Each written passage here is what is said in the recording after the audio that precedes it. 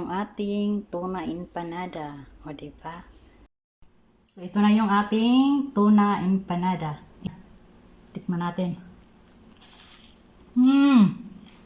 Sarap! So, una, maglagay tayo ng olive oil.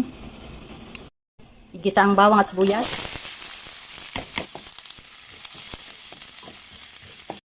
Ilagay ang carrots at saka mais. Isunod ang green beans at saka ano ba yun? Raisins. Lagyan ng asin. Then paminta. Haluin.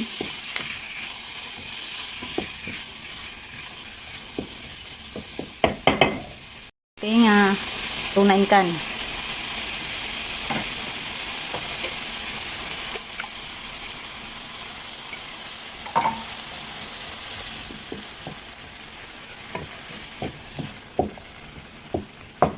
Haluin lang ng mabuti. So, ayan, check natin. So, natuyo na yung sabaw niya.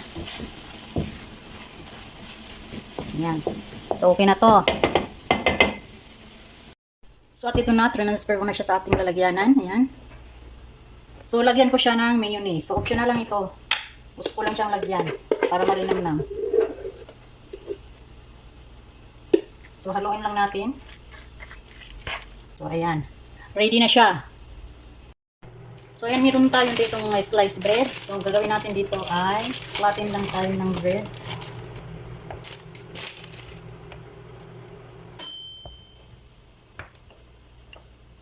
So, ipa-flatten lang natin siya mga kakusina.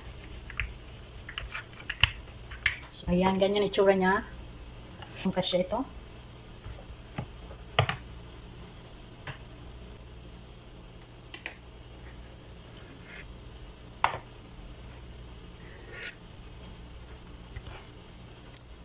So, yan, ganyan na siya. Tapos, lagyan natin siya ng palaman. Ito yung ginawa natin kanina. Mainit pa.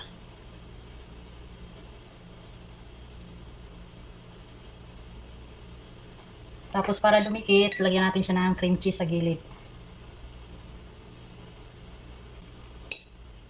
Tapos, iganyan lang natin siya. Oh, diba? Parang empanada. So, yan siya.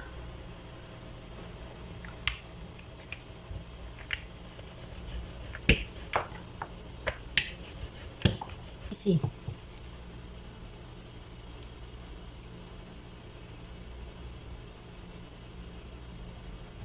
Tapos, lagyan natin dyan. Then, fold lang natin ng ganyan. Oh, ha? Perfect. So, ayan na lahat ng natapos natin mga kakusina. Ayan. So, pwede natin itong i-stack sa ref. Ilagay lang natin sa mga Tupperware. Tapos, saka na natin lagyan ng butter kung iluluto na natin siya. So, dito, itong apat ay lagyan muna natin ng butter. Ibabrush lang natin kasi ito muna ang kakainin ko. Ito ang lulutuin ko ngayon. So, i-brush lang natin siya. So, baliktaran ang pag-brush natin. Yan. Kasi iluluto natin ito sa air fryer. Yan. Tapusin lang natin ang pag-brush.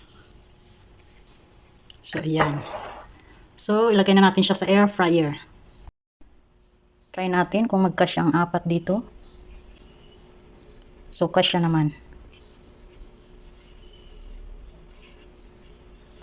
So, ayan. Sasalang lang natin siya.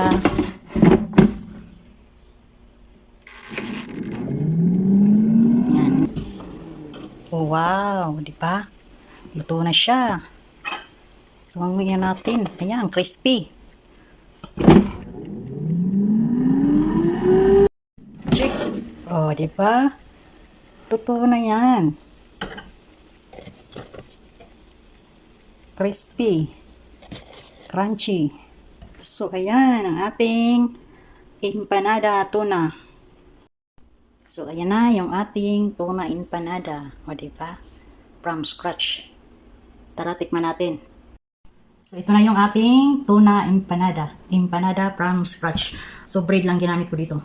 So, ayan. Tikman natin. Sarap!